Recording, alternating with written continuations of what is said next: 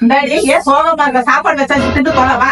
பசிக்குது. இல்ல எனக்கு பசிக்கல, எனக்கு வேண்டாம்.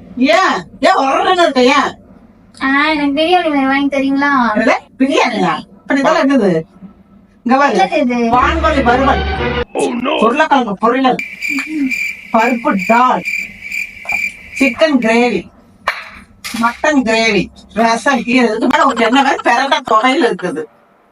ஆனாலும் ஹோட்டல்ல வாங்கி சாப்பிட பிரியாணி மாதிரி வராதுல்ல. நமக்கு கொடுப்போம் சொல்லிதானே அவங்க ஊருக்கு போயிட்டாங்க. அவங்க தொல்லை தாங்க முடியாது, அவங்க ஊருக்கு போய் தொலைஞ்சிட்டாங்க. அப்படியே பிரியாணி இல்லையா? பக்கத்துல போய்தான் பிரியாணி இருக்கிறத சாப்பிடு. நல்லா வேண்டாம், எனக்கு பிரியாணி தான். சாப்பிடாத வச்சுக்கோ. பரவாயில்ல கொடுங்க, சாப்பிடுறேன். என்ன பண்றது, வேற வழி இல்ல, சாப்பிட்டுதான் ஒண்ணு கொடுங்க. பிரியாணியே கொடுக்க வேண்டாம். அவங்க ஆலியா டாமுக்கு போய் ஜாலியா இருந்து வந்துருக்காங்க. புடி. நான் என்ன இத்தனோடு பிரியாணி சாப்பிட போறேன். நமக்கு துரோண்டு இவ்வளவு பெருசாக கொடுத்து அனுப்புவாங்க. அதுக்கு பயந்துதான் போயிட்டாங்க அவங்க.